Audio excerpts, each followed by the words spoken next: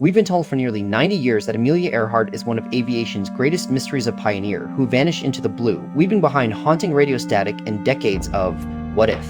But what if we've been looking at this wrong? What if her disappearance isn't an unsolvable mystery, but actually a very deliberate piece of redacted history?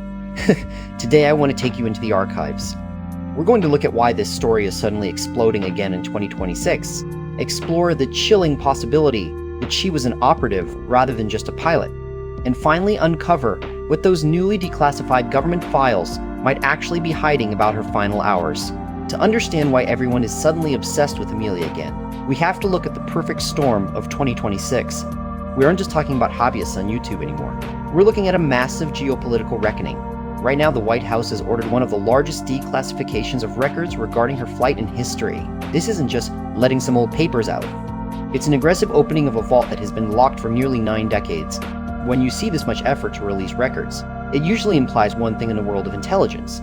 There was something in those files worth hiding from the public eye. For years we've been caught between two primary narratives. On one side, you have the search and rescue school, the idea that she was a victim of mechanical failure, who simply ran out of gas near Holland Island, or crashed on Nirreh. On the other side sits the spycraft theory. This is where it gets spicy. If we follow the breadcrumbs of these new declassifications, a different picture starts to emerge. One where Amelia wasn't just flying for fame, but was moving through some very sensitive geopolitical waters during the lead-up to World War II. Was she an aviator who got lost? Or was her identity scrubbed because of what she was actually carrying or seeing? Think about the timing. In 1937, Japan was expanding its influence at an alarming rate. New records are beginning to highlight specific roles played by Japanese interests that were previously conveniently forgotten in standard history books. It's almost as if we were taught a simplified version of her story because the real one was too messy for 1940s diplomacy. Was she intercepted? Were they helping her? Or, and this is where it gets truly cinematic, was she being hunted by interests that didn't want her to reach her destination? The no mystery paradox is one of the most fascinating things I've discovered while digging into this. Some experts are actually arguing that there is no mystery left at all. They suggest that once every single declassified document hits the mainstream, the truth will be so mundane, so frustratingly ordinary, that it will deflate 90 years of myth-making in a single afternoon. But here's the counter-argument: if those files are as dense and sensitive as current reports suggest, then something extraordinary must be there. You don't declassify 90 years of secrets just to tell people she ran out of fuel on a Tuesday. We are currently in a literal academic gold rush.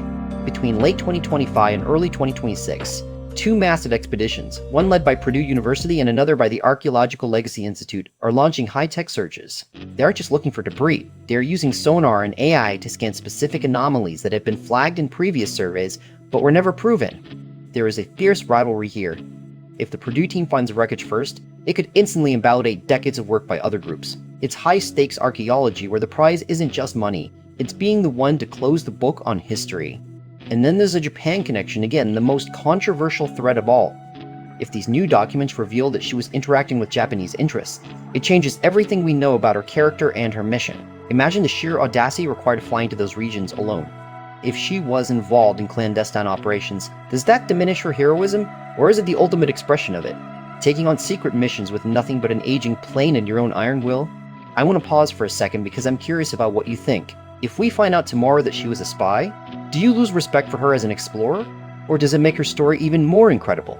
Let me know in the comments. It's one of those questions where there isn't really a right answer, just different ways of seeing courage. There's something deeply human about this obsession that we need to acknowledge. Why do we care so much? It's because Amelia Earhart represents the great unknown. She is the ultimate metaphor for human ambition, the desire to go further than you are supposed to, across lines that were meant to be permanent boundaries. Every time we find a new clue, a piece of metal on an island, or a redacted sentence in a dusty folder, it validates the courage of people who dare to be pioneers. It's not just about her, it's about our collective refusal to accept that some things are unsolvable. We are currently living in a moment where technology is finally catching up to the mystery. We have high-resolution sonar, satellite imaging from space, and declassification orders that act like keys to all doors. For 90 years, we've been looking through a foggy window. Now, someone is starting to wipe it clean. But as those secrets come out, I suspect we might find something that challenges our definitions of hero.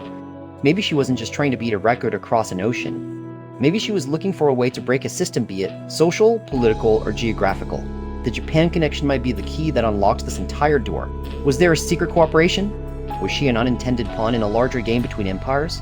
The documents will tell us. But for now, we are left in that delicious, tense space of uncertainty. We're moving toward the 2026 reckoning. It's going to be messy.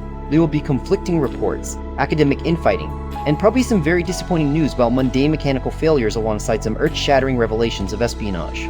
But that is the beauty of history. It's not a static thing we just memorize, it's an active investigation.